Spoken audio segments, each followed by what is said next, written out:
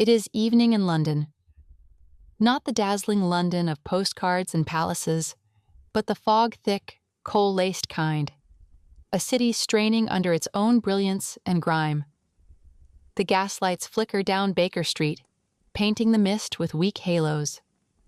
Somewhere below, a newsboy calls the headlines. Above, at 2:21 B, time is stitched together by pipe smoke and paper cuts. Inside the sitting room, the world's sharpest mind sits in a threadbare armchair, framed by disorder, a violin resting mid-phrase on the cushion beside him, chemical flasks bubbling on a cluttered mantel, a chalk diagram of boot prints left unfinished on the floor. This is not a mind at rest. It is a storm in elegant suspension. Into this world steps Jude Meridian, our time-worn host, arriving not by hansom cab, but by something stranger. He doesn't knock. He's expected, of course. Holmes never misses a pattern. Tonight's conversation won't chase murderers down alleyways or decrypt the latest cipher from the Crown. No, tonight we'll travel a different route, through memory palaces, ethical impasses, violin arpeggios, and the echoing silence that often follows brilliance. Because even the great detective has ghosts, and tonight, they speak. Sherlock Holmes, welcome to the show. I'll keep my interruptions to a minimum so you can speak as freely as you wish. To begin, tell us what first awakened your passion for close observation. Passion is almost too melodramatic a label. It felt more like a chronic itch. I remember trudging through my family's orchard as a boy, the ground crusted with that brittle frost which snaps under footfall. A single crow's feather lay frozen to the grass, but the shaft pointed northeast. Odd, because prevailing winds blew southwest that morning. I knelt, breath fogging the air, and noticed the slightest ripple in the frost pattern. Something had brushed against the blades in one precise arc, perhaps the tail of a stoat that had leapt for the crow. In an instant, a dreary winter lawn became a theatre of pursuit, violence, and escape. Realizing such hidden dramas unfolded everywhere, all the time, made ordinary life incandescent. From that day on, I have rarely walked 10 paces without cataloguing at least 3 details others overlook, sometimes to my benefit, sometimes to my social peril, when I blurt deductions uninvited. Did the adults around you encourage that eye for detail or consider it a strange quirk? My father praised it in the abstract. Good eye, lad. Yet discouraged its relentless application at the dinner table. My mother, anxious I'd be thought peculiar, tried to steer me toward music lessons, hoping the violin would blunt what she called my relentless cataloguing. Ironically, music sharpened it. When a fugue voices its theme at 3 different pitches, you learn to follow threads that vanish and return. That practice mirrored what I'd already begun doing with footprints, ink smudges, and cigar ash.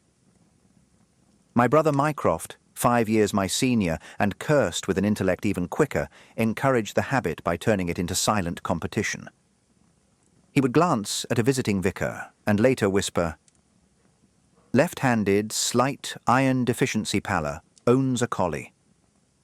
Half the time he was correct. The other half, I proved him fractionally wrong. That sibling duel forged my analytic patience more than any formal schooling. Speaking of schooling, you attended university but left without a degree. Why? Because lecture halls reward rote ingestion, not original synthesis. Cambridge possessed rarefied libraries, certainly, but they also championed an intellectual hierarchy. Professors dispense truth. Students absorb quietly. My curiosity refused the passive role. I found greater education in dissecting the city itself, studying the wear patterns on market porters' boots, experimenting with chemical reagents inside a rented attic room, and frequenting the hospital morgue to watch how lividity disobeys textbook diagrams under certain conditions of lighting and laudanum dosage. The day I realized I could predict how long an Earl's silk hat had been exposed to drizzle simply by its dulling angle. I knew no proctor could award or withhold the real credential I sought. Competence. Competence became a livelihood once you coined the title consulting detective. How did you convince the public there was demand for such a profession? I did not convince the public. I convinced one man, then 5, then a handful of policemen. And they convinced the public by whispering that an eccentric in Montague Street could perform mental legerdemain. My first paying client was a dock clerk, terrified that a ledger discrepancy of 8 shillings would get him sacked. By reconstructing the particular friction marks on each ledger page, I proved a lazy junior had backdated entries. The clerk's gratitude was a single sovereign, but word travelled along the Thames faster than steamers. Soon, constables, initially resentful, then quietly desperate, consulted me under cover of dusk. A constable who fails at his case risks demotion. I presented a discreet safety net. To the astonishment of both sides, the arrangement improved their clear-up rates and my rent. The profession created itself around that mutual convenience, not from any prospectus I penned. When Dr. Watson entered the picture, how did his companionship change your work? Imagine a violinist who has only practiced scales discovering chamber music. My techniques remained the same, but Watson supplied counter-melody. Human warmth, narrative flair, a refusal to rush the cadence. I'd grown accustomed to firing off conclusions like pistol shots. Watson insisted on hearing the echo, letting clients absorb shock and relief. His empathy doubled the practical efficacy of my deductions. Frightened clients volunteer data only to listeners they trust. Watson also chronicled cases, shaping them into stories palatable to the reading public. Whereas I would list variables and proofs, he threaded suspense, humour, even occasional moral commentary. That literary packaging turned our obscure practice into near myth, sparking both lucrative commissions and ludicrous rumours. He made me famous. I made him perpetually late for dinner with Mary. Equitable exchange, I think. Fame can distort. Do you worry that your legend overshadows your methodology? Constantly. My single greatest fear is that future students of detection will imitate the theatrics rather than the discipline. The stock caricature, caped coat, deer stalker, pipe clenched like a locomotive funnel, conveys nothing of the patient hours spent comparing typewriter indentations or the countless failures scribbled out in notebooks. Truth be told, some cases succeed only because I'm willing to cross-reference parish registers at 3 in the morning. Hardly romantic stuff, but that tedium is where a murderer's pseudonym collapses or a blackmailer's timeline fractures. I have begun assembling a private primer, equal parts philosophy and drill manual, to gift any serious aspirant. Legend can amuse, but craft must endure. On the subject of craft, which specific analytic habit yields the highest return on time invested? Writing observations in full sentences, not shorthand. It sounds trivial, yet it forces the mind to declare relationships explicitly.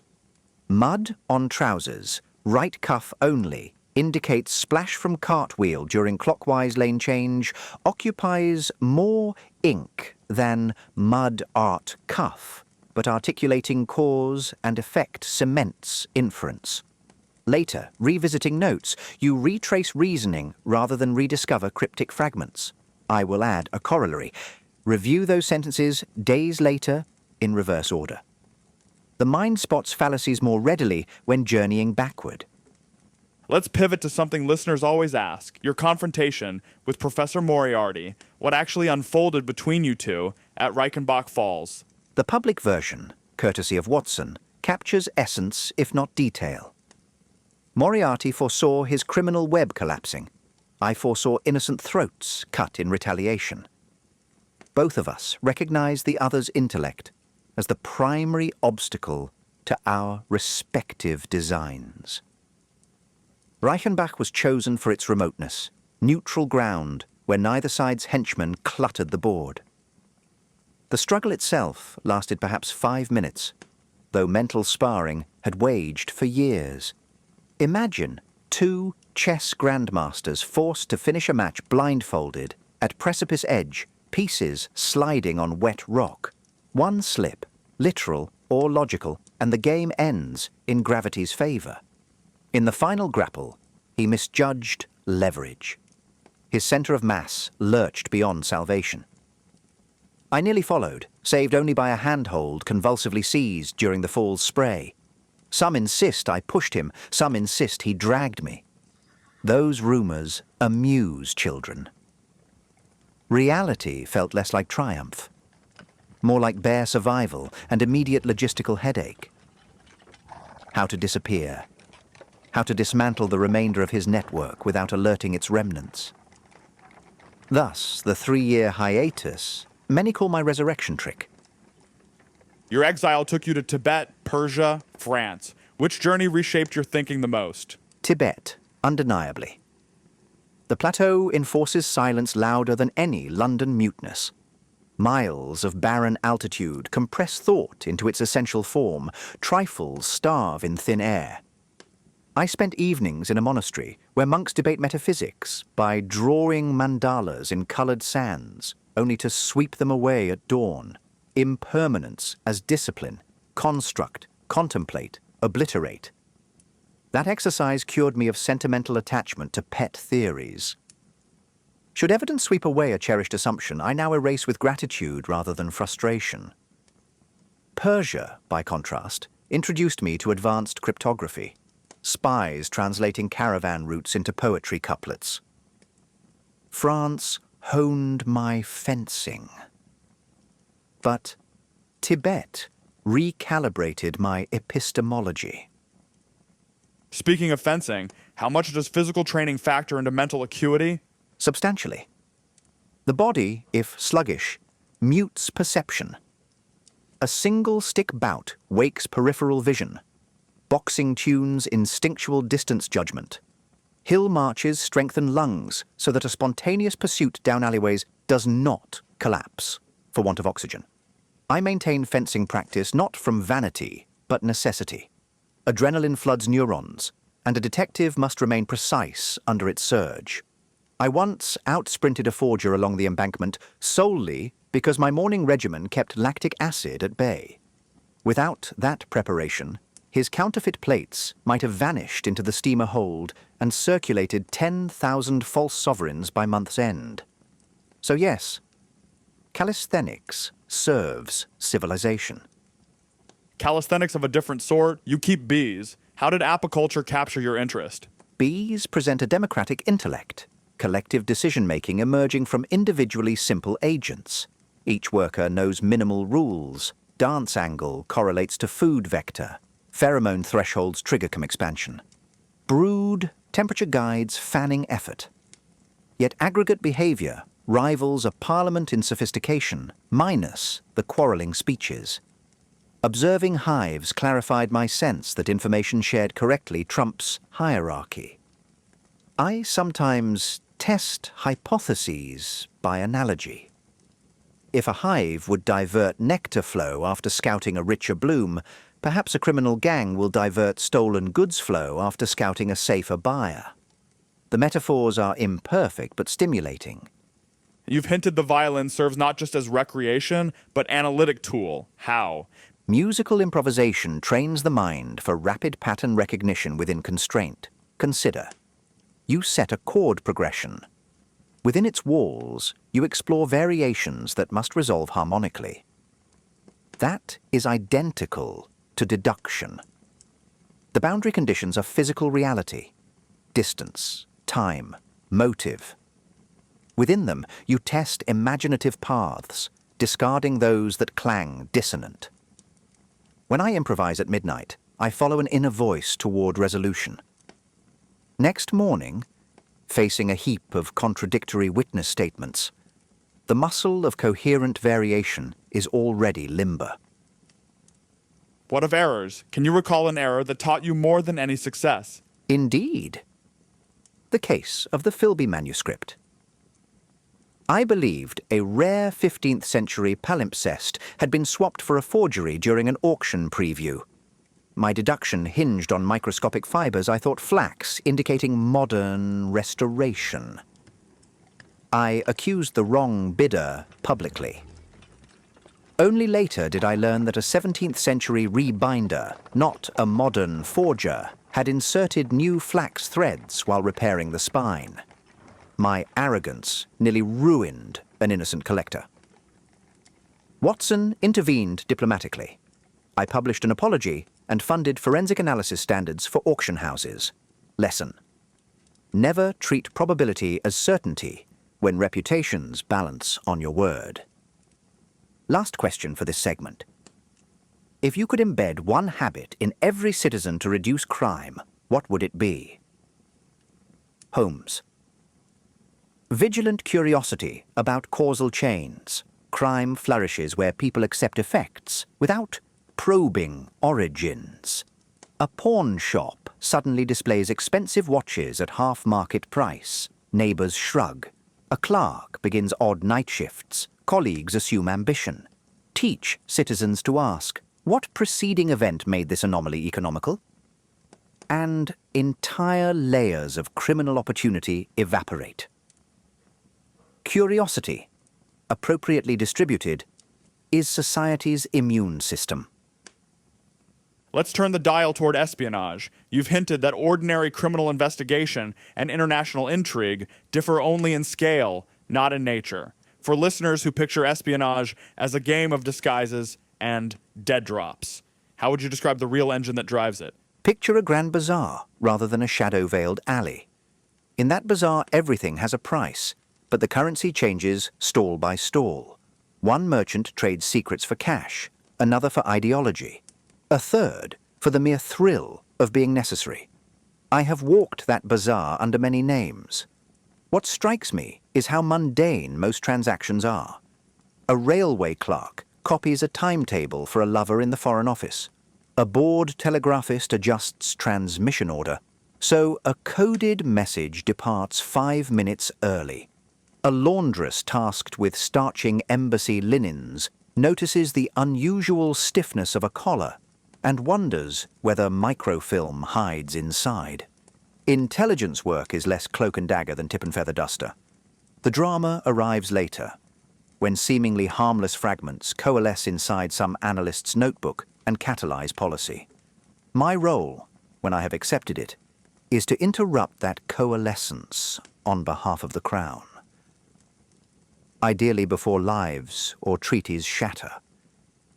How did you find yourself first entangled in that world? By stumbling across an equation chalked upon a tavern blackboard.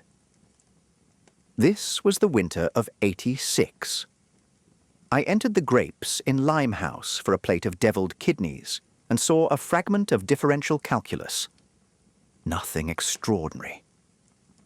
Except the symbols matched a cipher key I'd glimpsed weeks earlier while assisting Mycroft. A Burmese sailor had copied the equation from a docking manifest without grasping its true function. I followed him through a maze of wharves, discovered a pipeline of naval schedules leaking to a continental power, and suddenly found myself briefed in a basement room beneath Whitehall about sensitive assets. The transition from pickpockets to power politics felt disorienting only until I realized both enterprises hinge on the same axiom. Humans are predictably careless with what they value most. During the Great Game, how did you reconcile national interest with personal ethics? You've always spoken of proportion. National interest is a concept, powerful but intangible. Personal ethics are immediate and visceral. When the two align, no conflict arises. When they diverge, I ask a simple question. Which choice reduces net suffering in the long term? That calculus can become grim. I once sanctioned the quiet ruin of an innocent man's commercial reputation because leaving him in place would have exposed Afghan informants to certain death. The ledger balanced on a diagonal. Reputational loss versus mass graves. I do not claim the arithmetic was flawless, but morality in espionage is rarely a clean subtraction. It is a differential equation with many terms unknown. My solace is transparency with myself. No euphemisms. If I trade one life for 10, I record the trade in full mental daylight and bear its weight thereafter. You've written memos on the alchemy of silence, arguing that silence can exert pressure louder than words. Can you elaborate? Certainly. In negotiation, the instinct is to fill gaps with language, to hammer doubt with data. Yet silence, properly timed, forces the adversary to interrogate himself, and most men are poor interrogators of their own motives. The alchemy is twofold. First, silence reflects. It hurls the listener's assumptions back at him unstated, compelling self-exposure. Second, it absorbs. It soaks up useful admissions inadvertently offered to banish discomfort. In espionage interviews, I often open with a single innocuous question. Say, "What do you think your colleagues believe about last Tuesday's delay?" And then I wait. The subject, anxious, supplies contradictions, rushes to preempt accusations not yet voiced, and drapes me in confessions I never asked for. It is not magic. It is merely that most people fear vacuum. The disciplined mind learns to breathe in it. Have you ever faced an opponent equally comfortable with silence? 2. The first was Moriarty, though his silence resembled a mathematician's pause at the blackboard, pregnant with the next stroke of chalk. The second was a Japanese attaché named Kenji Tokuda, whom I encountered during a code-breaking consultation aboard a steamer in the Mediterranean. We shared a deck chair under a night sky pricked by Aldebaran. I offered him a cigarette. He declined.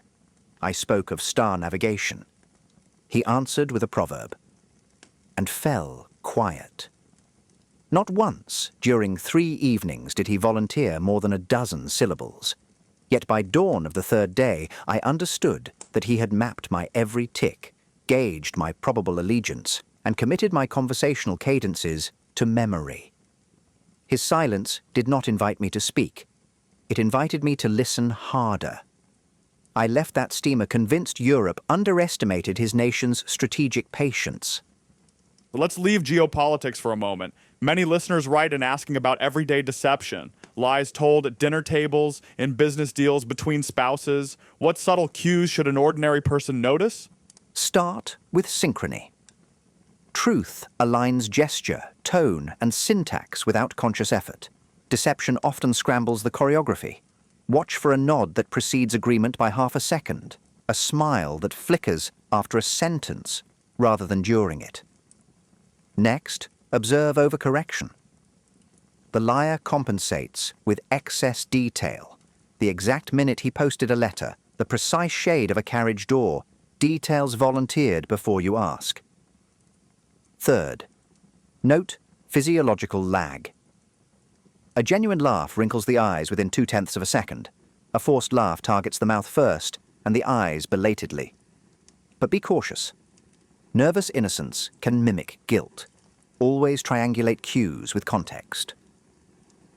A dealer sweating in August might simply be hot. Deduction without verification drifts into prejudice. Can those skills of observation burden a personal relationship? Do you find companionship harder because you see so much? Harder, yes. Impossible, no. The hazard is premature judgment. Early in life, I mistook perception for verdict, blurting conclusions before affection had a chance to grow roots. Over time, Watson would say painfully slowly, I learned that withholding some deductions can serve kindness. If a friend's new waistcoat hints at worry over aging, what benefit arises from voicing the inference? Instead, one offers sincere compliment. The cut suits you. Friendship thrives on selective silence. The skill is to differentiate silences of mercy from silences that conspire. I still err, but less catastrophically. Speaking of Watson, has his growing domestic life changed your partnership? It has introduced intermissions. He returns from dinner with Mary, full of anecdotes unrelated to crime, nephew's mischief, grocery shortages, whether the vicar misquoted Corinthians, and I must recalibrate my conversational gears accordingly. Yet those domestic digressions ground me. They remind me that the end game of any investigation is not applause or vindication, but an ordinary household free from dread, able to discuss grocery shortages without glancing at barred windows. When Watson and I part after a case, I sometimes walk home via back streets simply to watch lamps burning in parlours. The flicker of normalcy is the most persuasive argument for justice I know. Let's explore the normalcy you personally envision for retirement. Last time you mentioned Sussex and bees, but beyond apiculture, what daily rhythm appeals to you? Dawn inspection of the hives, black coffee brewed over a spirit stove, half an hour translating Horace to keep the linguistic machinery oiled, violin scales while the coastal mist lifts, correspondence answered with a pen, whose nib I grind myself. Then a walk along chalk cliffs, noting tide-line debris, an invitation to small mysteries. Why this shard of Lisbon pottery here? Why this particular pattern of gull feathers? Afternoon lectures, perhaps, offered to village youth on forensic botany. Identify poachers by the burrs on trouser cuffs. Evening would bring letters from Watson, detailing whatever London scandal he cannot resist studying. And always, a contingency bag packed should an urgent wire arrive. Retirement for me is not abdication, but strategic reserve. Would you ever marry? The question finds me less categorical than in youth. I once believed marriage incompatible with the mental rigor my work demands. Emotions a distracting fog over the lantern of logic. Now I concede that a partnership rooted in respect could sharpen rather than dull perception. Yet I doubt any woman of spirit wishes to wed a man who may vanish chasing ciphers across the Adriatic. My vocation kidnaps continuity. Until the work relinquishes its grip, matrimony remains improbable, though not philosophically impossible. Earlier you spoke about your fear of obsolescence. How do you stay current with technological change? Curiosity married to humility. The moment one assumes mastery, innovation renders one a dinosaur. I schedule monthly demonstrations, galvanometers at the Royal Institution, new photographic plates at the Polytechnic, automobile carburetors tested on the embankment at dawn.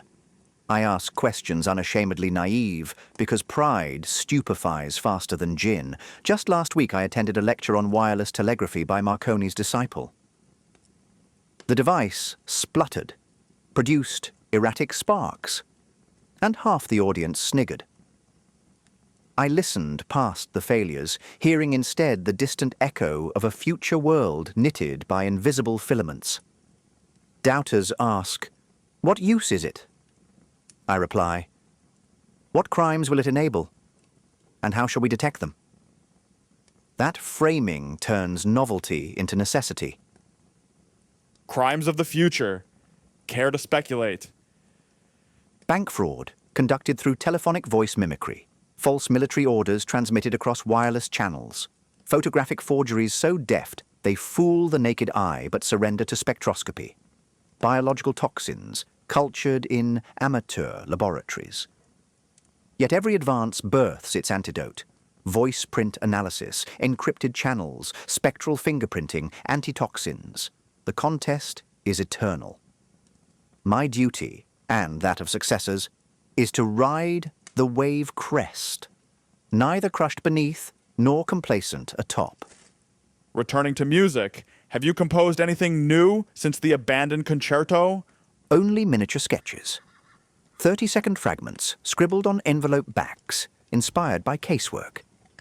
For instance, a theme in rapid 5/8 rhythm mimicking the footfall of a panicked blackmailer along a flagged corridor. Or a languid melody descending by semitones, echoing the cooling of a corpse between estimated time of death and discovery. These vignettes amuse me, though perhaps they would unsettle an audience expecting pastoral serenades.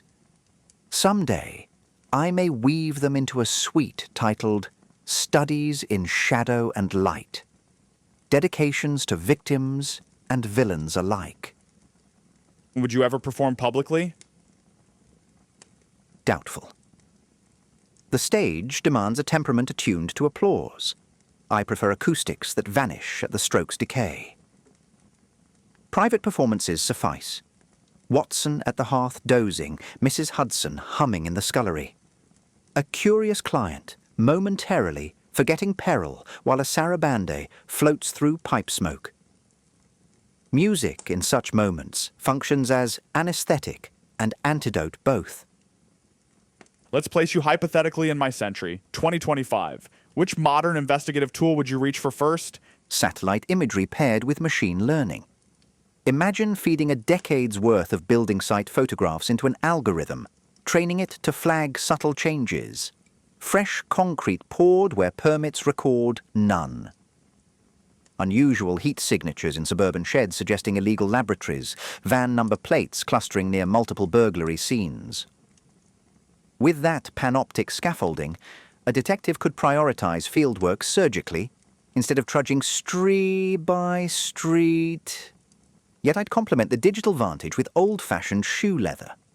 Data reveals patterns, interviews reveal motives. Combine them, and you wield both telescope and stethoscope. And what modern comfort would tempt you into idleness? If rumors are true, espresso machines requiring only the press of a button. 20 seconds to a concentrated draft of stimulant perfection. I might become insufferably caffeinated. Still, the plantation labor and shipping lanes behind that convenience would interest me more than the beverage itself. Convenience is crystallized logistics, and logistics tell geopolitical stories. You've teased geopolitics, music, science, ethics. Before we pause, share a final anecdote. Something small, yet revealing, that you've never told even Dr. Watson. Very well. Some months after Moriarty's demise, during my wandering year, I disguised myself as a French sailor and took menial work on a trawler out of Marseille. 2 nights offshore, we hauled in not fish, but a sodden journal lashed with copper wire. The captain, illiterate, planned to dry it for kindling. I volunteered to stash it and, once below, discovered it belonged to a missionary lost near the Congo 9 years prior. The pages described a hidden village dispensing quinine freely to any sick traveller. A fact, if verified, could have halved malaria deaths along the trade route. I forwarded a summary anonymously to the Liverpool School of Tropical Medicine. Months later, I learned new depots had sprung up, saving countless lives. My point is this. Sometimes detective work consists not of unmasking villains, but of rescuing neglected knowledge from indifferent seas. The journal still rests in my trunk, brittle yet glowing with candle grease stains.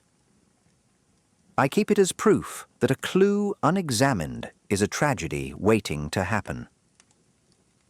Your story of that rescued journal is powerful, turning what might have been kindling into medicine for thousands. It raises the question of regret. Out of the many crossroads you have stood at, is there a single decision that still keeps you awake? Regret is a persistent violin string, humming faintly even when I pretend the instrument is silent. One decision does visit me in restless hours. Years ago, I exposed a ring of forgers operating out of a deconsecrated chapel near Aldgate. Their engraver, a widower named Samuel Pratt, cooperated under duress to pay for his daughter's consumption treatments. When I dismantled the ring, I presented every conspirator to the yard, believing equity demanded no exceptions. Pratt died of pneumonia in prison before the Crown could grant remission on compassionate grounds. Later, I discovered that the chemist he confessed to had already arranged free treatment for the girl in exchange for Pratt's skill. Had I delayed a day, the engraver would have delivered evidence voluntarily and secured a legal pardon. My haste ensured justice, but not mercy, and every winter when a chest cold rattles, I remember the sound of his cough echoing across stone corridors. And I ask whether another hour's patience might have rewritten two destinies.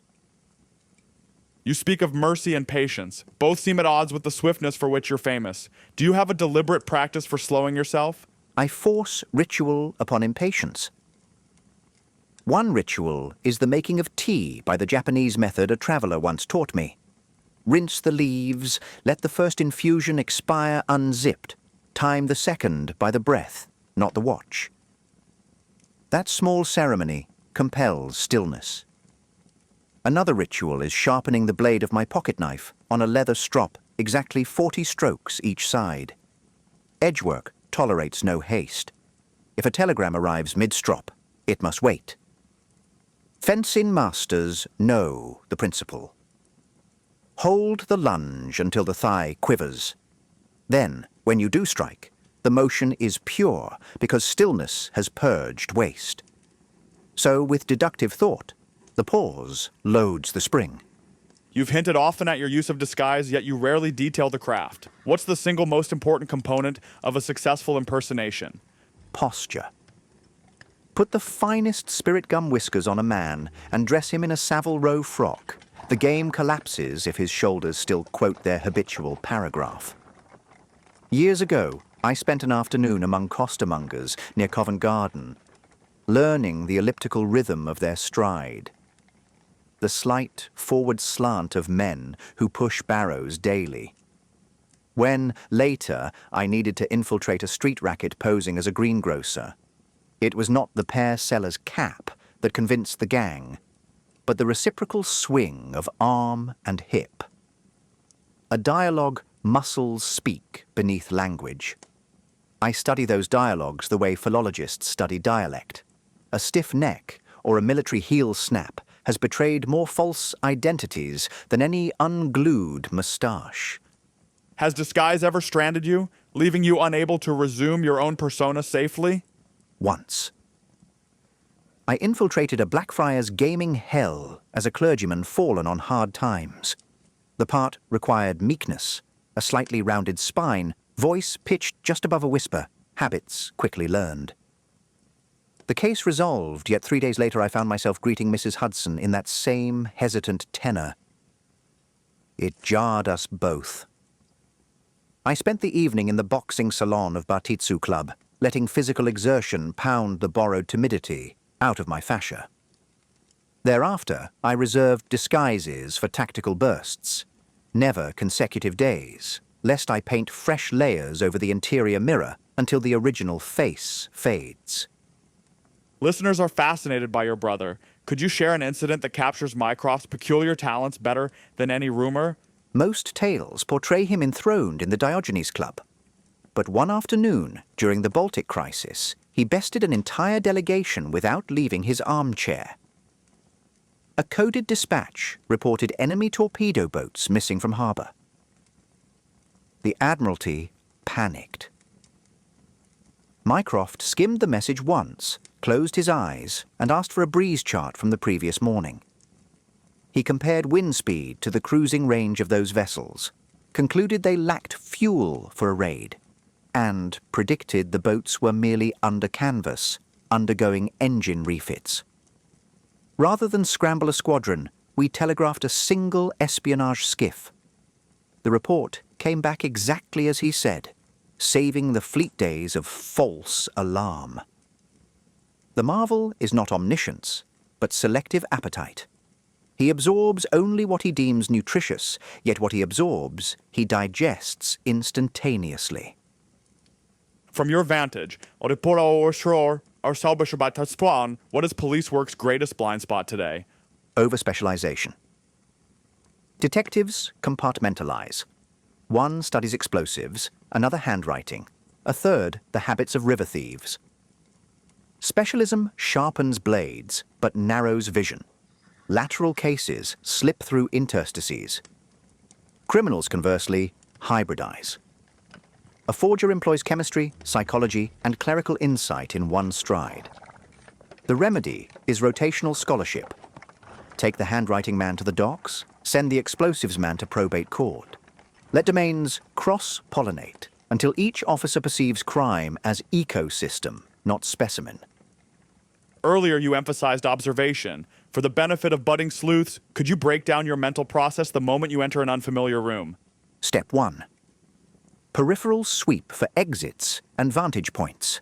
Architecture dictates possibilities. Step 2. Olfactory sample. Scent reaches the mind before sight finishes passing. Coal tar predicts industrial footwear before you glance at the carpet. Step 3. Auditory baseline. Note resonance of floorboards, distant machinery, or the hush that signals heavy drapery and therefore a certain social aspiration. Only then, eyes. Begin with lighting. Trace shadows for interruptions. Progress to the clutter. Catalogue objects in descending order of improbability. The anomalous often keys the narrative. Finally, subtract owner's expectations.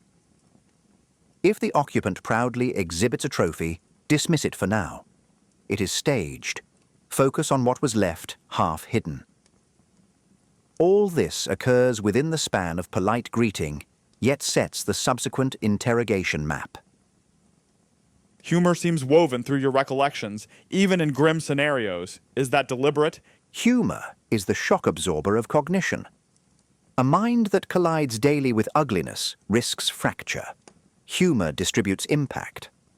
Additionally, laughter disarms interlocutors. During the Silver Blaze inquiry, I remarked upon a stable lad's wildly mismatched socks. He chuckled, admitted a fondness for card games, and by that admission placed himself near a timeline we hadn't yet established. A jest opened a gate no subpoena could. A listener asked whether you believe some crimes should go unreported when punishment would serve no public good. The law exists to sculpt behavior, not to avenge abstract principle. If punishment produces only spectacle, the sculpture cracks. I recall an embezzler whose fraud bankrupted no one but spared creditors by pure luck. When he faced exposure, he surrendered before dawn and offered restitution plus a blueprint revealing vulnerabilities in the bank's security. I weighed the balance sheet. Humiliation already sown, community protected, knowledge gained. I advised the director to seal the scandal under binding bond of future honesty. 3 years later, that same director financed a hospital wing with the embezzler as chief accountant. Monitored, yes, but redeemed. Justice had manifested as utility, not shackles. Therefore, I concede. Some crimes do better service as compost for growth than as parade for punishment. Let's venture into the realm of faith. Do you hold any metaphysical beliefs that guide your moral landscape? I believe in order, not cosmic predestination nor divine fiat, but a statistical propensity toward coherence. Patterns emerge from chaos like constellations from the random scatter of stars. My moral duty is to amplify that coherence while causing minimal collateral turbulence. Whether one labels the tendency providence or probability matters less than stewarding it. If conscience echoes stronger after an action, I regard the resonance as validation, irrespective of sermons or creeds. Do you ever pray? I meditate rather than petition. After the Campton poisoning, I spent a week rising before sunrise, sitting motionless, attuning to the universe's indifferent hum. From that indifference, I derived solace. If the cosmos cares nothing for human vanity, our tragedies shrink to instructive parables, and our victories become opportunities to carve kindness on otherwise blank stone. A stark yet comforting philosophy. How does it color your view of death? Death is entropy localized. When a person dies, their stories disperse into those who recall them. My task is to ensure the dispersal conveys meaning instead of terror. Preventing a murder not only preserves a life, it prevents a narrative of fear from infecting households. Conversely, Solving a murder retards entropy by substituting clarity for dread. In that sense, each solved case is a stitched seam in the fraying quilt of civilization. Speaking of stitching, you've hinted at modifications to your wardrobe that aid investigation. Care to share a favorite garment trick? A reversible cloak lined with a coarse grey on one side and respectable tweed on the other. Turn it and remove the collar pin, and I transform from shabby pamphleteer to country doctor in seconds. Paired with a hat whose band can swap from ribbon to cord, the ensemble cuts pursuit off at the knees. Equally useful, a waistcoat pocket tailored with false bottom for contraband vials. Searchers rarely prod their own assumptions deeply. Before we pause, could you recount a moment when a purely sensory detail, sound, taste, or scent cracked a case wide open? The Shrivenham kidnapping. 2 children vanished from a governess's charge. Ransom note arrived smelling faintly of cinnamon and something acrid. Police thought cheap pipe tobacco. I recognized asafoetida, a resin favoured in certain Worcestershire pickle factories to repel insects. We canvassed every pickle works within 50 miles, and at one in Evesham, I detected fresh cinnamon where only mustard seed belonged. A disgruntled foreman had borrowed spice barrels for his own illicit distillery. The kidnappers hid the children in that storeroom, counting on the stench to mask their presence. The olfactory fingerprint convicted them before the rope and crank could finish unloading the next cart of cucumbers. Taste and scent, properly tutored, are witnesses the liar cannot intimidate. A fitting example. Let's refill our cups, and next time perhaps explore your perspective on modern to you, literature and its influence on crime. Until then. I await with anticipation and suitably calibrated curiosity. We left off with the promise of literature, how the stories circulating in penny papers and lending libraries influence the criminal mind. You once commented that a clever thief reads more novels than newspapers. Could you elaborate? Gladly. Fiction is a rehearsal hall for possibility. Criminals, being opportunists, scout that hall for blueprints the way architects study cathedrals. When Wilkie Collins published The Moonstone, jewel thieves learned the terror value of disappearance without traces. When Stevenson's Treasure Island popularized one-legged rogues and cryptic charts, extortionists mailed maps as psychological bait. Even the humble penny dreadful teachers. Lurid revenge fantasies embolden would-be arsenic dabblers by painting retribution as noble. I maintain a clipping drawer of melodramatic plots and their real-world echoes. After Poe's purloined letter appeared, London saw a spate of blackmailers hiding incriminating papers in plain sight, perhaps inside mantel clocks or framed photographs, trusting the victim's panic to search everywhere except the obvious. Therefore, I read serials partly for amusement, but mainly to preempt crimes still incubating in ambitious imaginations. Yet literature also civilizes. A young constable told me he joined the force after devouring Gaboriau's Monsieur Lecoq, determined to emulate deductive heroics. That passion sharpened his vigilance, and he later intercepted a bomber on Hungerford Bridge. In that sense, stories arm both sides. The detective who neglects narrative cedes ground. I have occasionally leaked a solved case's method, not its private anguish, into Watson's stories, precisely to inoculate the public. Forewarned readers reinforce window latches, question flattering strangers, and thus raise the difficulty curve for villains. Have you ever discovered a manuscript yourself and acted to prevent the crime it outlined? Indeed. An anonymous pamphlet circulated through certain Soho cafes describing a foolproof confidence swindle using forged telegrams from colonial banks. The scheme relied on the delay between cable dispatch and ledger update. I acquired a copy, annotated vulnerabilities in red ink, and mailed it to the superintendent of telegraphs. Within a fortnight, protocol changed. Every overseas credit request required dual authentication, and my annotated pamphlet became training material. The author doubtless cursed the revision, but the crime never blossomed. Preventive bibliography, you might call it. Fascinating. Let's shift from literature to another cultural force. Photography. How has the camera altered your investigations? Profoundly. The lens arrests time, freezes gestures that the eye may miss in motion. During the Milverton night raid, I photographed his study before rifling drawers. Later, blow-ups of the images revealed indentations on blotter paper pointing to a second blackmailer. Conversely, photography also complicates deception. Criminals now stage alibis using posed group portraits stamped with falsified dates. More insidious is retouching. The cottage industry of altering negatives. I cracked one forgery ring that erased club tattoos from burglars' cuffs before publication in the Illustrated Police Gazette. To counter this, I learned wet plate chemistry, can spot telltale haloing where emulsion was scraped and replenished. The camera is no impartial witness. One must cross-examine it like any flesh and blood observer. Future listeners have asked whether you see any moral peril in surveillance technologies. Surveillance without oversight invites the tyranny of certainty.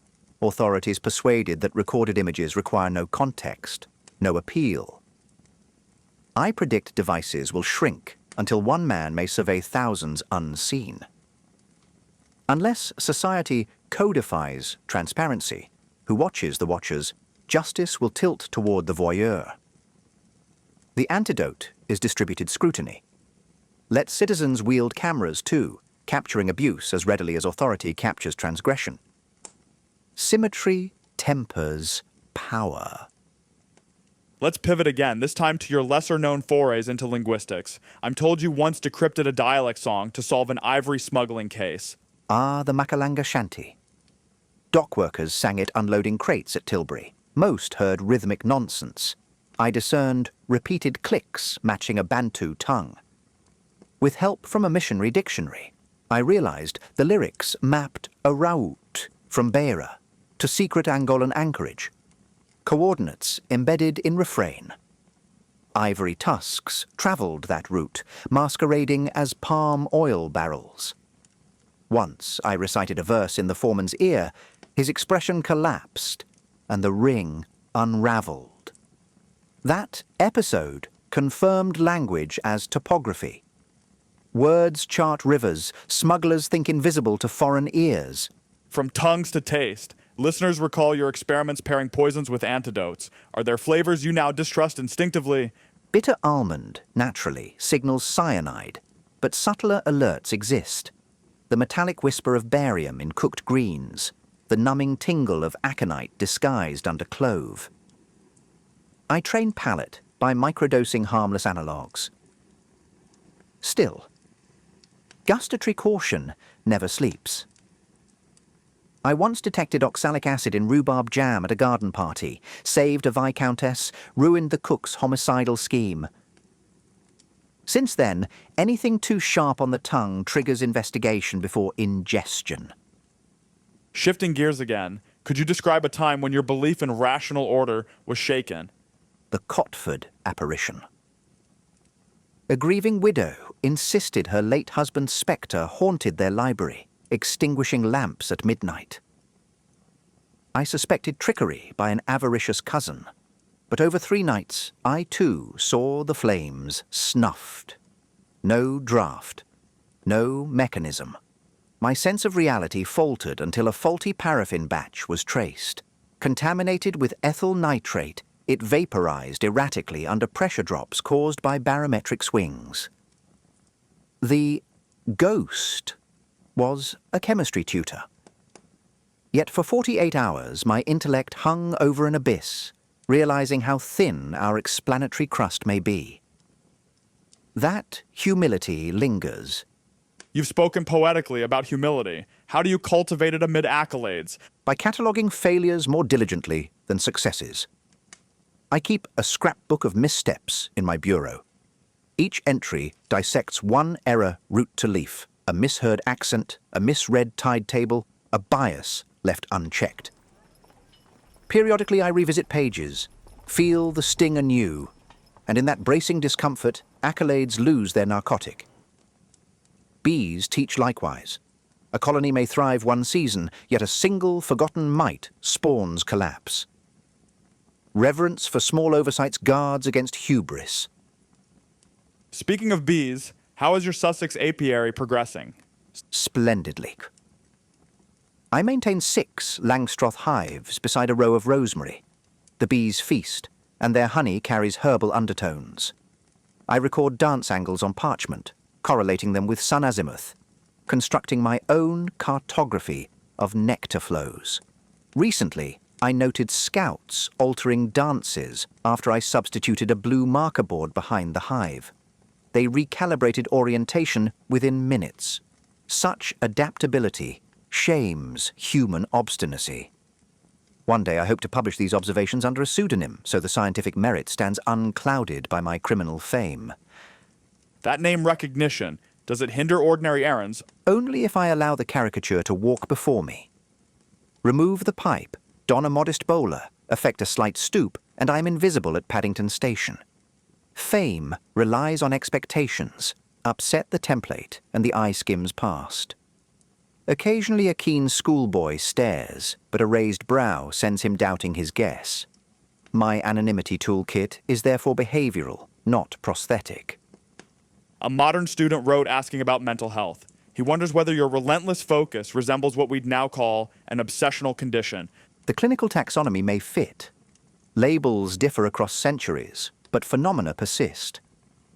My mind, left idle, clamors like caged hounds. Rather than suppress, I harness, channel fixation into constructive paths. The distinction between obsession and mastery is direction.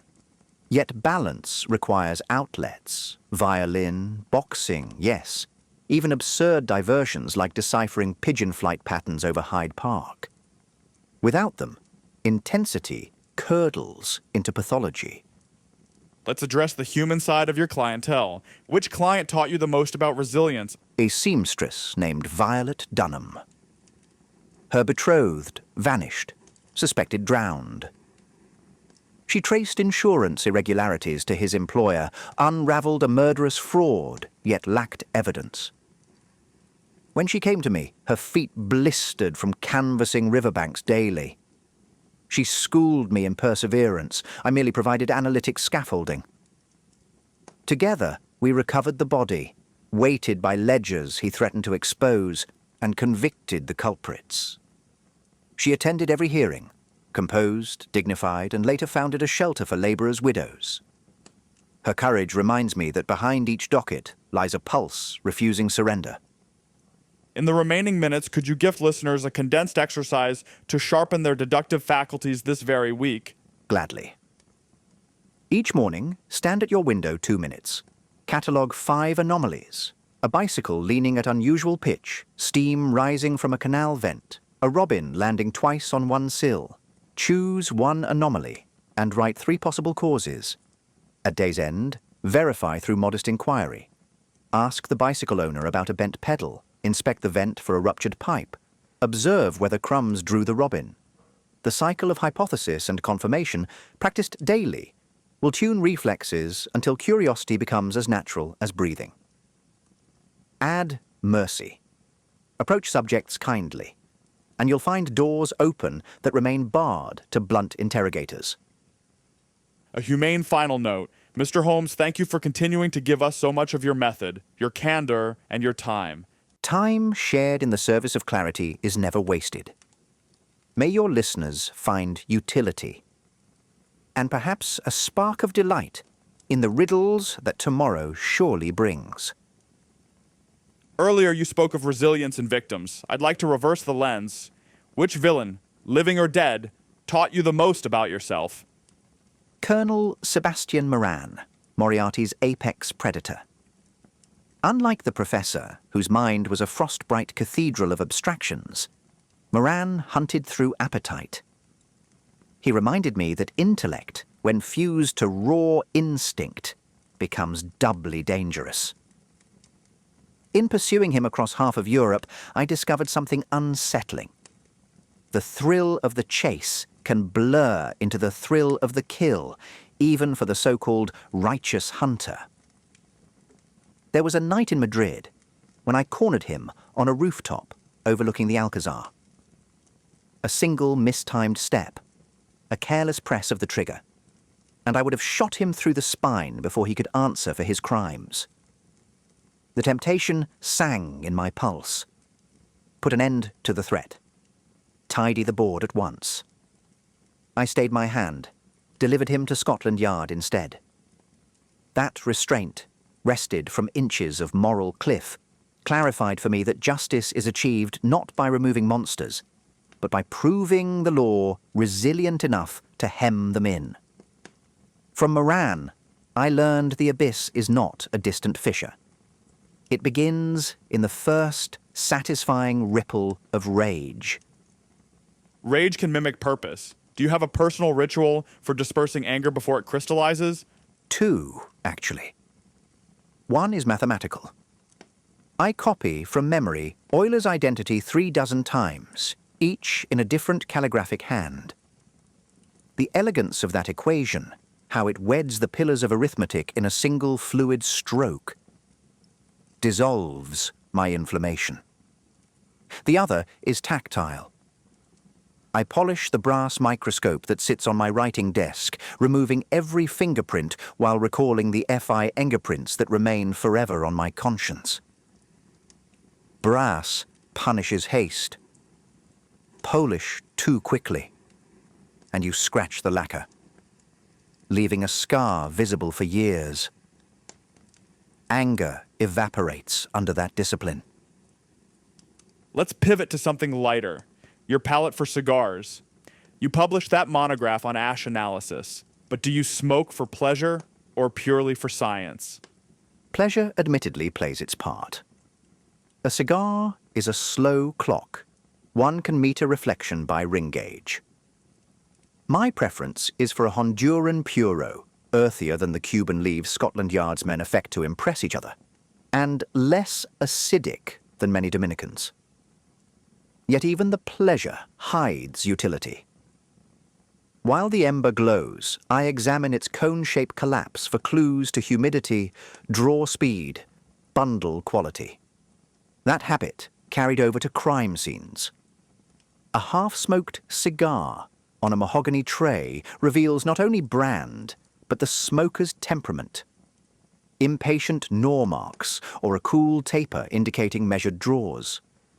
Once, by noting a strangely even cone, I deduced that a nervous blackmailer had practiced smoking techniques so as not to reveal his agitation, and that affectation betrayed him more than a tremor would have.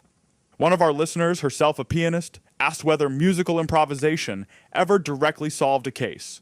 The Caversham manuscript affair.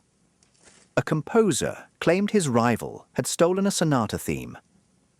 I invited both men to 221B and proposed a blind improvisation on a fragment I provided. While they played in alternate turns behind a screen, I watched the rival's left-hand fingerings through a small mirror. He unconsciously mirrored the original composer's habitual octave reach, one impossible to replicate without intimate study of that man's peculiar hand span. Exposure followed. The final cadence of justice, quite literally, was a diminished seventh resolving into confession. Speaking of exposure, how do you guard your private correspondence? In an age of intercepted post, I imagine enemies hungry for details. I employ a layered strategy. First layer, mundane. I use multiple drop addresses registered under pseudonyms taken from obscure Restoration playwrights. Few clerks verify playwrights. Second layer, linguistic. When writing to Watson or Mycroft, we embed double entendres whose innocuous surface conceals numeric ciphers. For example, mentioning 4 teaspoons of sugar in a tea anecdote might encode page 4, line 10, word 5 in a mutually held text. Third layer, decoy. I allow select letters to be intercepted. Harmless gossip complaining about Mrs. Hudson's scones, encouraging adversaries to believe they have pierced the veil. Nothing disarms surveillance like boredom. It is, you might say, the judo of secrecy. Redirect the spy's momentum into apathy.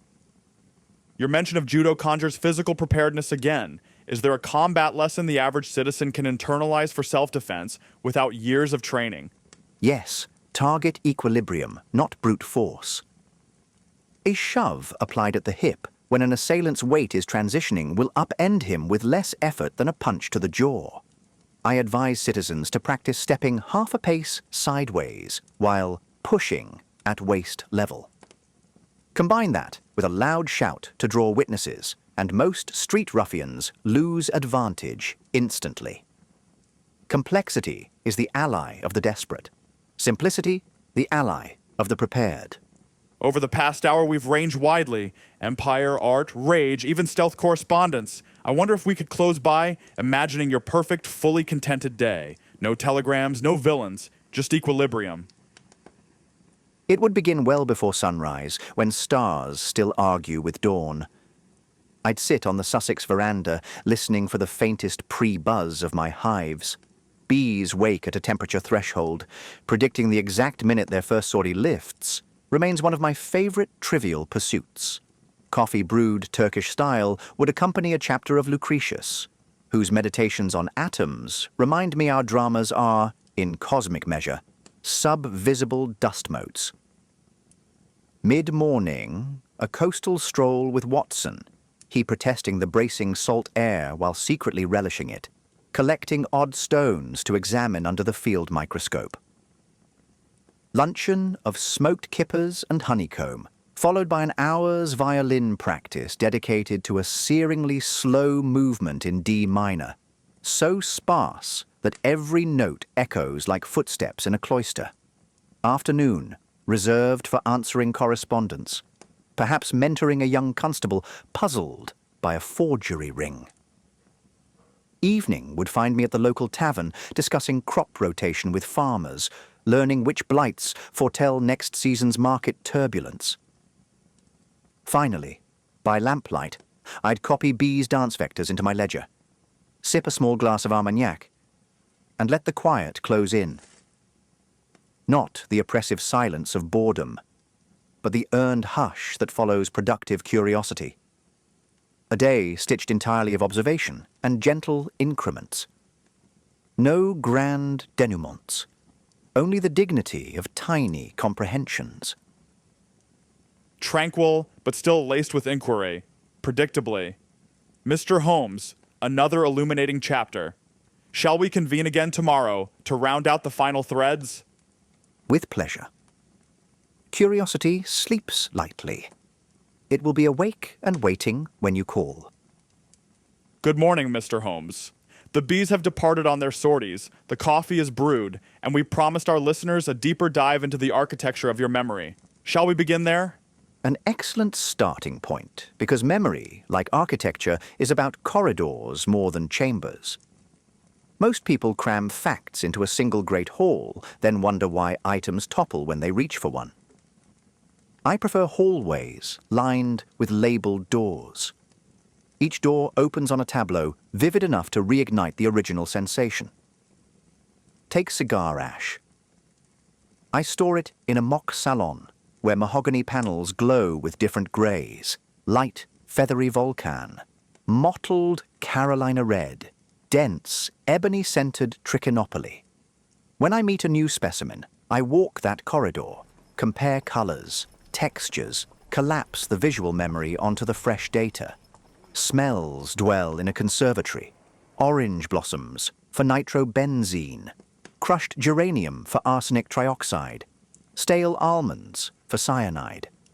The trick is synesthetic glue, link color to smell, pitch to texture, until the corridor echoes with harmonies impossible to mishear. Listeners might imagine that such mental corridors require prodigious innate talent. Can an ordinary mind cultivate them? Innate aptitude is a convenience, not a prerequisite. Begin with a single shelf, say a row of spices on your kitchen sill. Assign each spice a crime scene material: cinnamon, binding twine, clove, pistol grip, coriander candle wax. Each time you handle the spice, rehearse its assignment aloud. Repetition burns signage onto hallway walls. In a month, you expand the shelf to 2 rows, then 3, until eventually a warehouse of associations stands where before there was only undifferentiated scent. The essential ingredient is playfulness. A memory palace built like a ledger dries out, one furnished like a carnival stays lit. That carnival metaphor leads nicely into the psychology of crowds, another promised subject. How do you read intent inside a moving throng? First, treat the crowd as fluid dynamics. Currents, eddies, vortices. Stand at elevation, a staircase, a kiosk roof. Watch where flow thickens or thins. A pickpocket will occupy a slowing eddy near a bottleneck. An agitator will swim cross-current against the general tide long before he raises a placard. Second, ears. The timbre of a gathering shifts before its purpose does. A peaceful demonstration hums in mid-range vowels. The moment frequency rises to short, sharp consonants. Aggression germinates. I once foiled a jewel snatch at Ascot by noting a sudden dip in the pitch of surrounding chatter. Tenor voices throttled because bettors had caught their breath in anticipation of the thief elbowing toward the track rail. Breath holds tell more than slogans. You mentioned bottlenecks as tactical points. How might an average citizen spot looming danger at a public event? Chart exits upon arrival, then watch for asymmetry. If one exit's flow slackens inexplicably, something occludes it. That something could be spilled ale, or it could be a brawl forming. Move toward the freer channel before curiosity roots your shoes. And carry a whistle. The human larynx tires, a whistle travels. Sound is deterrence when muscle is scarce. Turning from crowds to solitude, you crawl more bioshorn, akshawatokan. You've alluded to meditation in the past. Do you follow any structured practice? I borrow from Hindu pranayama without committing to its cosmology. 4 counts inhale, 4 hold, 6 exhale, 2 pause, repeat until pulse decelerates below 50 per minute. During the hold, I visualize the crime scene map, currently perplexing me. During exhale, I erase it. The alternation simulates wave interference. Destructive overlap cancels mental noise. Constructive overlap amplifies the lonely surviving clue. Critics call the exercise mystical. I call it pneumatic housekeeping. Several constables you've mentored are listening, and they asked for your toughest drill, something that brutalized them into competence. The midnight permutation. I rouse pupils at 2 o'clock, hand them a sealed envelope containing 6 random household items photographed at grotesque angles. They have 10 minutes to locate those items anywhere within a 3-story boarding house, then hypothesize how they arrived there and what crime, if any, links them. Fatigue forces reliance on methodology rather than inspiration. When the drill ends, we debrief. Wrong hypotheses matter less than reasoning steps. After 3 sessions, pupils cease praying for dream-delivered epiphanies. They lean on verifiable chain links. You've hinted often at your skepticism toward hypnosis as an investigative tool. Could you formalize your critique? Hypnosis, where genuine, lowers the witness's critical threshold, rendering memory permeable to suggestion. Even well-meaning interrogators leak innuendo that rewrites recollection. An eyewitness under trance may remember a scar, because the detective's mind pictured one. I prefer the Socratic echo. Ask the witness to recount sensory impressions backward, smells last, then textures, then colors, forcing recollection to climb against narrative gravity. The added effort filters confabulation better than any mesmerist swirl. Speaking of filters, we promised a segment on poisons of the future. What newly emerging toxins worry you? Volatile anesthetics distilled in cellar laboratories. Ether derivatives potent enough to immobilize guards within seconds, yet dissipate before medical inspection. Also, bacteriological sabotage. A vial of cholera poured into a tenement pump could mimic natural outbreak. The detective of 2025 must own a microscope, a gas spectrograph, and ideally a crash course in epidemiology. Criminals adapt. So must we. Let's lighten the palate. A child wrote asking whether you've ever danced. Once, disastrously. A masquerade at Lady Hull's. I attended disguised as a Venetian merchant to shadow a suspected jewel thief. Mid-waltz, my partner remarked on my curious aversion to clockwise rotation. My fencing scar pulled uncomfortably. She deduced I was not Italian by my inability to maintain proper tempo. Humiliation aside, the observation yielded a clue. The actual thief never danced, claiming corns, thus narrowing our suspect pool to stationary card. Players. The jewels resurfaced under a potted palm, but I left the floor with twin resolutions. Never underestimate kinesthetic detection and never again subject innocent toes to my rhythm. The scar story leads nicely to bodily evidence. What scar on your own person teaches you the most enduring lesson? A puckered line across the left forearm, souvenir of a sailor's knife in the Stepney docks. I misread the man's desperation, treating him as opportunistic thief rather than a father frantic for laudanum to still a child's agony. The wound reminds me to diagnose motive before prescribing intervention. Steel enters flesh quicker than remorse leaves the mind. We're nearing the final quarter of our odyssey. I'd like to dedicate a stretch to audience questions rapid-fire style. Ready? Proceed. Rapidity sharpens the blade. Blue or black ink? Blue for personal letters, easier to spot tampering under chromatography. Black for ledgers. Favorite knot? Highwayman's hitch, secure under tension, slips off with a tug. Ideal for impromptu boat moorings during surveillance. Vegetable you distrust most. Rhubarb. Stalks nourish, leaves kill, nature's warning label in one plant. Guiltiest culinary pleasure? Treacle tart at Simpson's. I endure the sugar crash to honor childhood nostalgia. Book you reread each year? Meditations by Marcus Aurelius. Stoicism pairs well with revolvers. Tool modern detectives will abandon by 2100. Handwritten sketchpads. Voice-to-image algorithms will replace graphite, though at risk of oversimplifying nuance. Excellent. Let's slow again. What advice would you give your 20-year-old self if temporal paradox is allowed? Acquire a microscope sooner. Doubt your first flash of insight. And yes, accept that invitation to the botanical gardens. Observation flourishes equally among petals and cadavers. Cryptic. Another listener wonders how often you interact with Scotland Yard nowadays.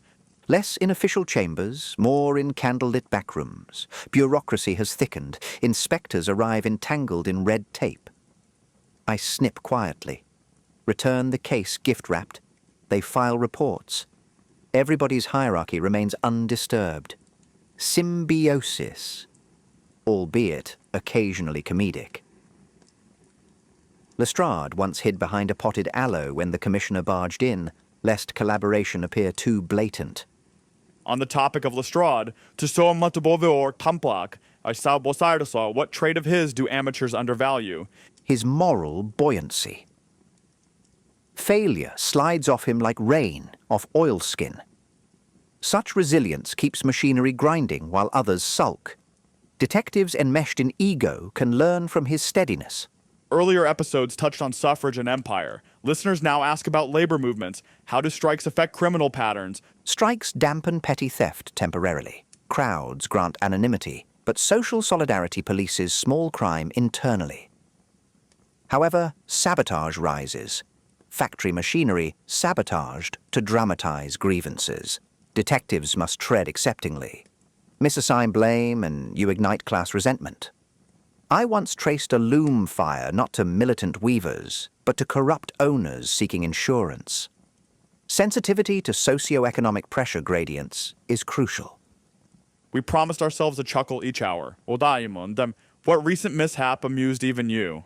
So guy. Attempting to sample plaster at a construction site, I misjudged ladder stability, tumbled into a vat of lime wash, emerged looking like a Greek statue come alive. The site foreman, unaware of my identity, offered me employment as decorative human gargoyle. Humor duly supplied. 2 final subjects for today: legacy and instruction. If you establish a formal academy, what core curriculum would occupy first term? 10 weeks, 5 pillars. 1. Sensory calibration, daily drills in smell, auditory distance judgment, color differentiation under variable light. 2. Logical formalism, Boolean algebra, probability theory, the Socratic syllogism. 3. Ethics, case studies where legal and moral vectors diverge. 4. Physical competence, non-injurious restraint techniques, emergency medicine. 5. Cultural fluency, slang, dialect, religious customs to prevent ethnocentric missteps.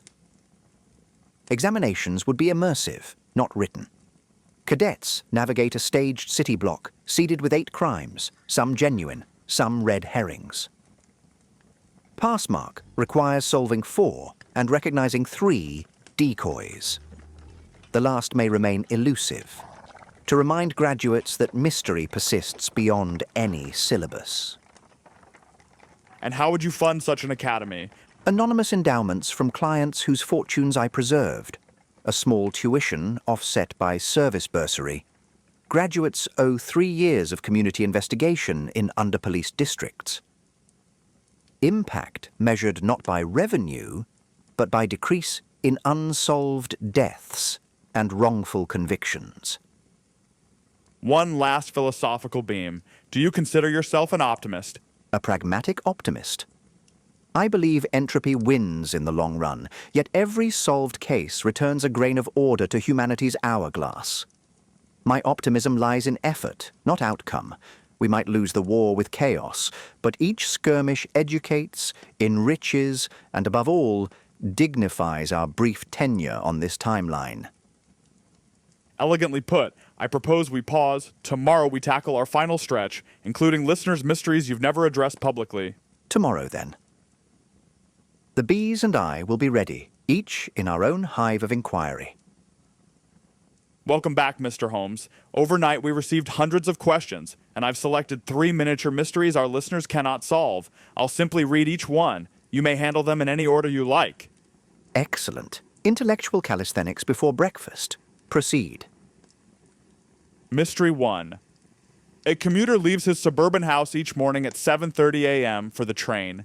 Twice this month he returned minutes later, convinced he'd forgotten to lock the door, only to find it already bolted. Yesterday he set a deliberate trap, a thread across the jam, and discovered it broken. Nothing is missing, yet he swears someone has entered. What is happening?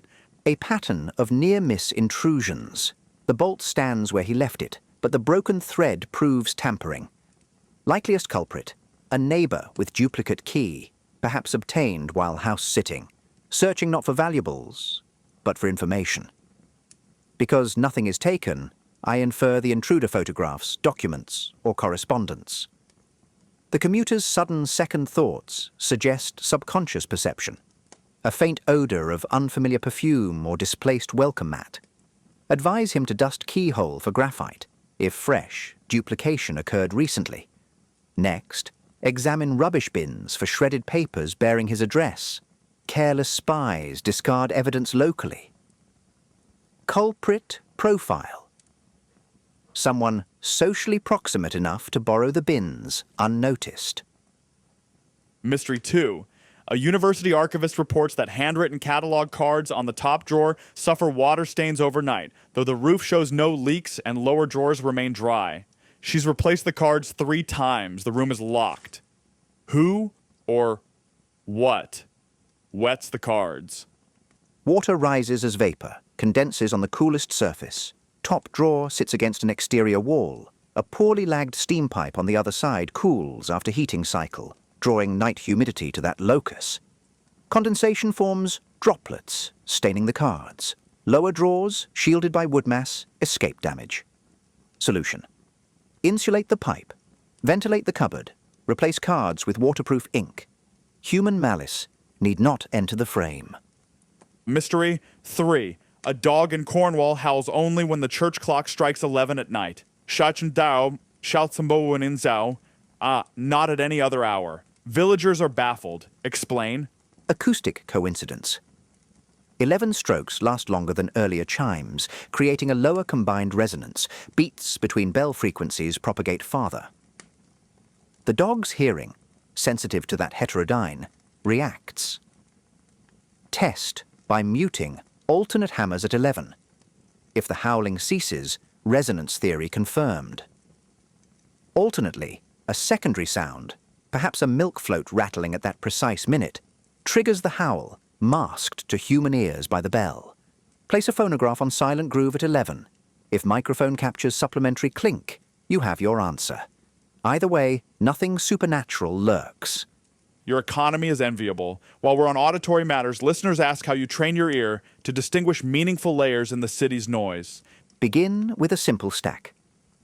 Pick a busy intersection, close your eyes, and segregate sounds into foreground, midground, background. Foreground is your breathing and clothing rustle. Midground, the immediate traffic. Background, the distant train whistle. Once you can isolate those, subdivide midground, separate motor omnibus from hansom cab by hoof rhythm, then isolate individual hoof as distinct from wheel rumble. Practice 5 minutes daily. Within a fortnight, you'll notice aberrations, a single hoof out of cadence betraying a thrown shoe, or a lorry idling too long outside a jeweller's. The goal is not to hear more loudly, but to audit selectively. Several inquiries concern predictive policing, what you might think of modern statistical models that forecast crime hotspots. A useful compass, so long as the navigator remembers it measures probability, not destiny. Numbers lure bureaucrats into complacency. They see red on the map and flood it with patrols, ignoring the ripple that pushes crime 2 streets away. Predictive charts must refresh faster than criminals relocate, else they crystallize stereotypes. I would pair algorithms with roving detectives who test anomalies on the ground, updating data sets with lived nuance. Beware the mirror image hazard. Areas flagged as low risk may suffer investigative neglect, allowing malefactors a pleasant incubator. You've sampled the future repeatedly in our talks. Suppose predictive systems misfire and falsely incriminate an individual. How would you disprove an algorithmic accusation? The same way one rebuts gossip, with granular context. Show the model's blind spots, erroneous address mapping, outdated demographic inputs, weather-triggered anomalies. Then present counter-evidence so vivid a jury can feel its texture. Ticket stubs, odometer logs, biometric timestamps. The machine's authority fades when confronted with high-resolution human narrative. Machines crunch data, detectives transpose it back into life. Shifting to medicine, a doctor listener wonders about your early fascination with forensic pathology. What discovery first convinced you that a corpse holds more truth than witnesses? The curvature of dried blood. During an autopsy in my university days, I observed 2 concentric rings on a victim's shirt, darker outer, lighter inner. Textbook claimed blood dries from edge inward, so a single ring should form. The double shape meant a second wetting after partial drying, pointing to staged crime scene relocation. Witnesses insisted the body remained untouched. The rings outvoted them. From that moment, I trusted capillary action more than human recollection. Listeners would relish a concrete tip. What minor corpse detail escapes most investigators? Ear cartilage color. Cyanosis appears first at the helix, faster than lips in some poisonings. Distinguish natural duskiness from toxic shading, and you can place intake window within 15 minutes. Seconds matter when the murderer hopes digestion erases trace. Inquiries pour in about your collaboration with journalists. You're wary of headlines, yet you leak strategically. Where do you draw the line? Information is combustible. I leak when ignition frightens wrongdoers into panicked exposure, never when it scorches innocence.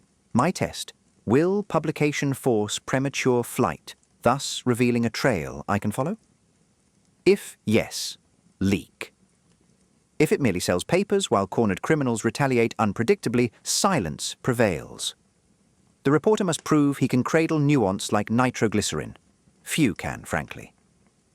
A poetic question now. Do you dream? And if so, do cases invade your sleep? Rarely.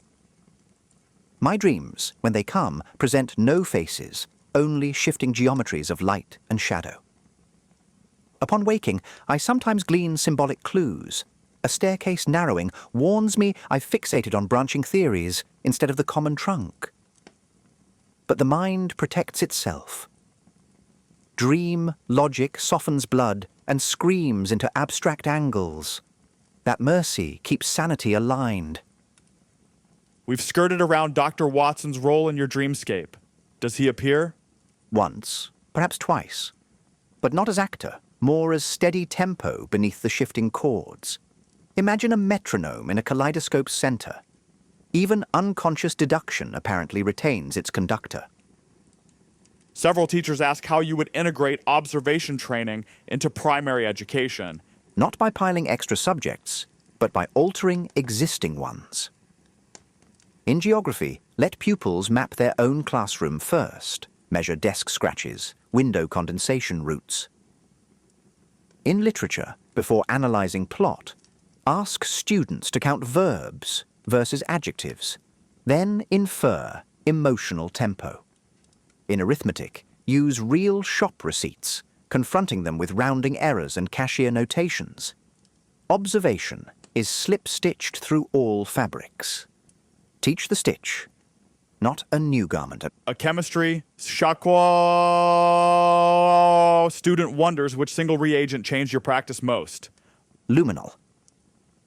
Mixed weekly with hydrogen peroxide, it reveals trace blood fluorescing in blue even after scrubbing.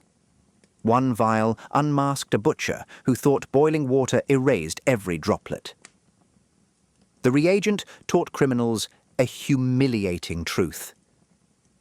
Their past glows in the dark. We approach our final 10 minutes, so I've saved what many call your unsolved riddle. After decades of triumphs, is there a mystery you still cannot crack? Yes. The February cipher. 3 pages, encoded in what appears to be a homophonic substitution interleaved with biblical verse numbers. It arrived by anonymous post 15 years ago, hinting at a cache of letters that could tilt the crown. I've broken fragments, references to a seaport, a constellation, a debtor's prison, yet the core remains sealed behind an algorithm of shifting nulls. I revisit it monthly. Each attempt yields one more word, never the keystone sentence. Perhaps it's a hoax, perhaps a testament to patience. If I perish before breaking it, I bequeath the pages to whichever detective finds value in unfinished symphonies. How would one begin? Match frequency counts to trigraphs common in English, but rotate the alphabet by primes on every second line. When the text snarls, inspect marginal pinholes. They indicate column shifts. I suspect the solution is palimpsest. Overlay the 3 sheets, hold them to light, align stars drawn faintly in lemon juice, then read down the celestial meridians. A riddle worthy of its boast. We'll make sure scholars note that. Time for a last listener question. If you could ask the future one thing, what would it be? I would ask whether humanity finally learned that data without wisdom is ballast. If the answer is yes, I can rest equal parts surprised and satisfied. If no, well, the unbroken cipher will not astonish me. Then let this podcast serve as one more breadcrumb for wisdom seekers. Mr. Holmes, thank you for opening every door our audience knocked upon. Gratitude returns along the same corridor. Should new riddles emerge, you know where to send them. Though whether I'll be pursuing bees or burglars when they arrive, only deduction will tell. Our mailbox is still overflowing, so I'd like to press on, if you have the stamina. Several listeners asked for what they called the metaphysical finale. Your views on time itself, fate, free will, that whole tangle. Up for it? More than up for it. One can only study human error so long before stumbling over questions of inevitability. Very well. I regard time not as an arrow, but a river delta, branching possibilities expressed as currents. Each choice, however minute, diverts a trickle. Most trickles re-merge downstream, forming the illusion of fate. But occasionally, a choice digs its own channel so deeply that no subsequent tributary rejoins it. Those rare bifurcations feel like destiny when seen in retrospect. My task as a detective is to chart branching points quickly enough to steer civilization away from whirlpools. Free will. It is the paddle. Fate is merely downstream topology. That metaphor implies we have real agency, at least where the forks are shallow. Precisely. A coin left on a railway line before the engine arrives may still be nudged aside by a pebble. Remove the coin, and no tragedy occurs. Wait until the locomotive rounds the bend, and you can only watch. The art of intervention is knowing which moment remains pliable. I once prevented a border skirmish because I intercepted a forged communique 10 minutes before a junior clerk sealed the diplomatic pouch. 10 minutes later would have been history books, not headlines. One listener wonders whether you ever apply this philosophy to personal life, say, in matters of affection. Regrettably, I often spot the fork only after it vanishes behind. Affection behaves more like capillary action than river hydraulics. Quiet, invisible, unstoppable once it climbs the vessel walls. Had I recognized earlier that refusing a luncheon invitation could etch loneliness into both parties, I might have dined more frequently and solved just as many cases. That said, each missed luncheon freed an hour to thwart a murder. Trade-offs define the map. Let's feed you something utterly unphilosophical. A question from a blacksmith in Birmingham. What physical exercise does Holmes recommend for someone working the forge all day? First, counterbalance. The blacksmith's hammering tightens pectorals anteriorly. Stretch them. Lie on a bench, drape arms backward, holding light weights. Breathe into the sternum, extend for 30 seconds. Second, rotational core work. Russian twists with a sandbag to offset the unilateral torque of hammer swings. Finish with wrist extensors. Submerge a bucket of rice, clench and release. Your elbow tendons will thank you come winter frost. We'd be remiss if we closed without addressing your bees once more. Several apiarists wrote in, asking for your stance on current debates. Langstroth versus top bar hives, natural comb versus foundation. The Langstroth frame excels at inspection efficiency. Criminal investigators covet repeatability, and so do responsible beekeepers. Yet I concede the top bar's mimicry of wild comb geometry can mitigate stress. My compromise. Langstroth boxes fitted with alternating foundationless frames, allowing bees to express their feral engineering every other gap. Observationally, colonies given 50% autonomy regulate mite loads more deftly. Perhaps through variations in cell diameter the foundation forbids. Those findings remain anecdotal. A proper controlled trial waits for my retirement. Switching gears, a physician asked about your casual use of microscopic hemochromatography in an 1894 case, a technique not formally published until decades later. Care to explain? Necessity precedes publication. I devised a rudimentary color diffusion strip, plain starch paper soaked in saline agar. Place a pinhead of dried blood, moisten with distilled water, heat gently over a spirit lamp. Oxyhemoglobin, methemoglobin, and hematin separate into distinct russet bands.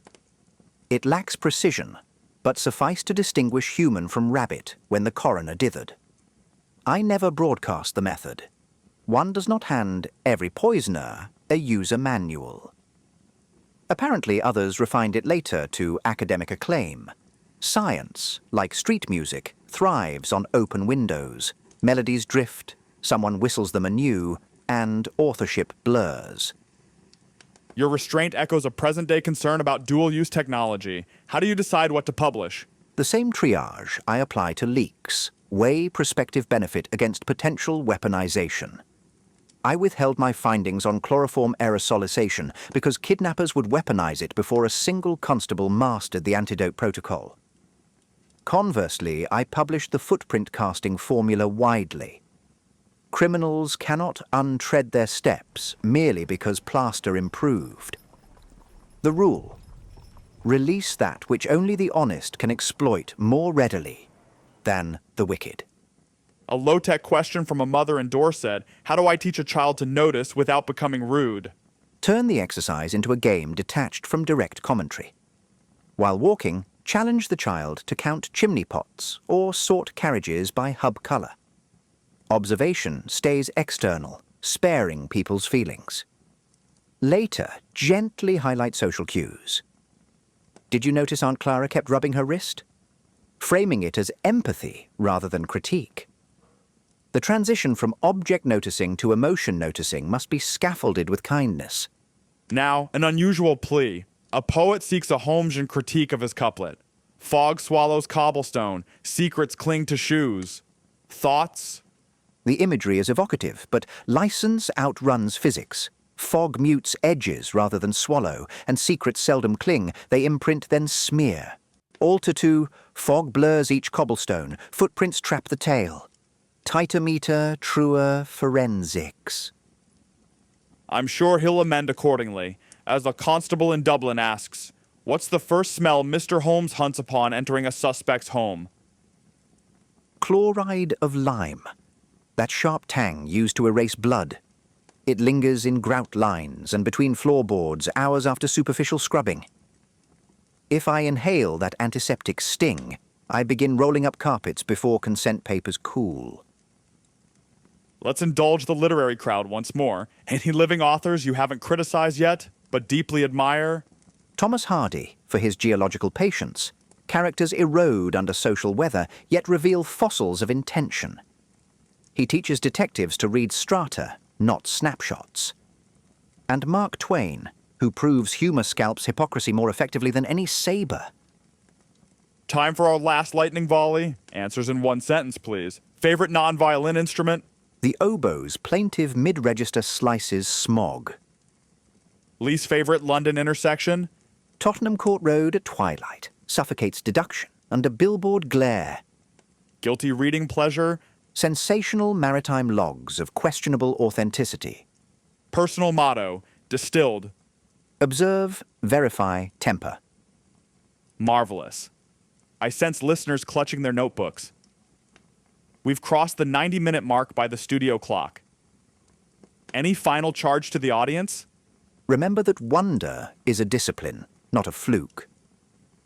Practice astonishment daily, at a dew bead's lensing of dawn light, at the improbable laughter of strangers sharing a platform, and the world will conspire to reveal itself.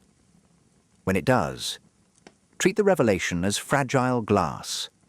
Carry it carefully to the next soul, and thus civilization refurbishes itself generation by generation. A fitting benediction. Sherlock Holmes, thank you for turning these microphones into a classroom, a laboratory, and at times, a confessional. Our listeners and I are in your debt. Debt repaid by their curiosity. Until next puzzle, farewell. Baker Street is quieter now. The fire has dimmed to a low red hum. Outside, the fog has settled like dust on an old book cover. Familiar, unread, waiting. The violin rests again. So does Holmes. But something has shifted.